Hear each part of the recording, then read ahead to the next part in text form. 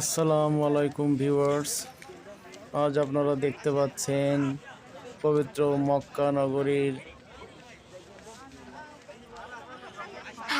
আরাফাত ময়দানের সেই ঐতিহাসিক স্থান, যেখানে বসে আমাদের নবী হযরত মুহাম্মদ সাল্লাল্লাহু আলাইহি সাল্লাম বিদায় হজ্জের ভাষণ দিয়েছিলেন এবং প্রথম মানব আদম আলাইহিস সালাম এবং হাওয়া আলাইহিস সালাম এখানে সাক্ষাৎ করেছিলেন। যাই হোক, আপনারা এই স্থানটি সৌন্দর্য উপভোগ করুন। অনেক পবিত্র স্থান। এখানে হাজিরা রাতের বেলায় অবস্থান করেন হজ্জের সময়, এবং যারা উমরা করতে আসে তারা এখানে জিয়ারত করার জন্য আসেন। অনেক পবিত্র এবং সুন্দর এই স্থানটি আপনারা আজকে দেখেন, এবং এখানেই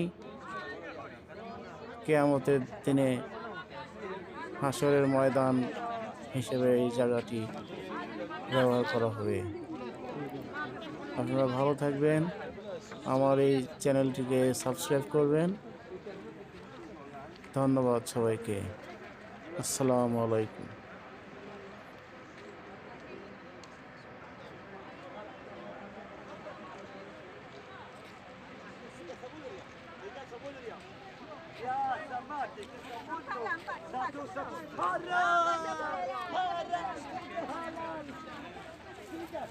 آدم عليه الصلاة والسلام وما حواء عليه السلام.